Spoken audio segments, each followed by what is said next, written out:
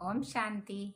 आज 8 नवंबर की मुरली में बाबा हम बच्चों को यही कहते हैं कि भगवान बागवान खिवैया अर्थात हम आत्माओं को परम धाम जीवन मुक्ति धाम में ले जाने वाला शिव पिता परमात्मा निराकार, तो वो हम उसकी याद में हमेशा रहें, उठते बैठते मीठी मीठी बाबा की याद करते हुए, क्योंकि सदगति दाता एक बाप ही है। सबकी सदगति हो जाती है। हम बुलाते भी रहे, आरती में गाते भी रहे, हे पतित पावन आओ।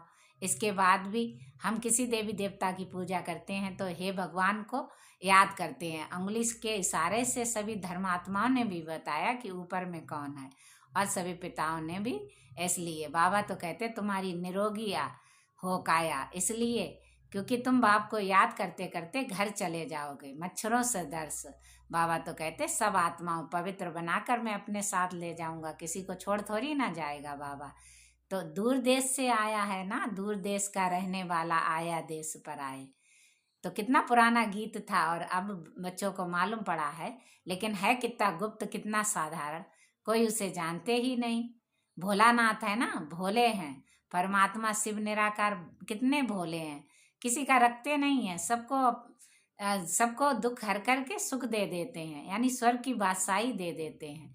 तो बाबा कहते हैं तुम अपना देह अभिमान छोड़ दो तो तुम आधा कल्प बीमारियों से छूट जाओगे और तुम डबल सिरताज विश्व के मालिक बन जाओगे।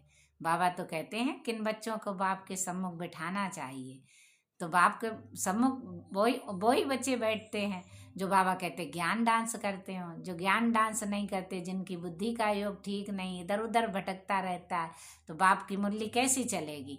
बाबा तो कहेंगे इधर देखो तो वो उधर उधर देखते रहेंगे, उनका मन ही नहीं है चिंतन।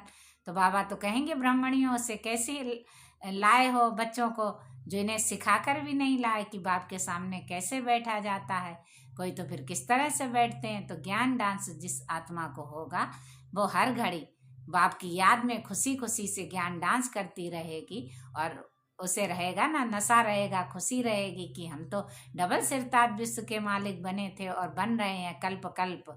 हमने ही 84 का चक्र लगाया है, उन्होंने तो 84 लाख कह दिए। बाबा कहते 84 लाख योनियां हो तो लाखों जन्म की आयु हो जाए हर इंसान की। तो ये भी कितना भ्रमित कर दिया है। तो भ्रमित में ही हम फंसते रहे हैं। भगवान निकालने आया संगम युग पर, पुरुषोत्तम कल्याणकारी संगम युग है। ये सबसे श्रेष्ठ योग है जहाँ पर हम पर काल पर जीत पा जाते हैं, अमर भव का वरदान मिल जाता है। तो हमें अपनी सेवा से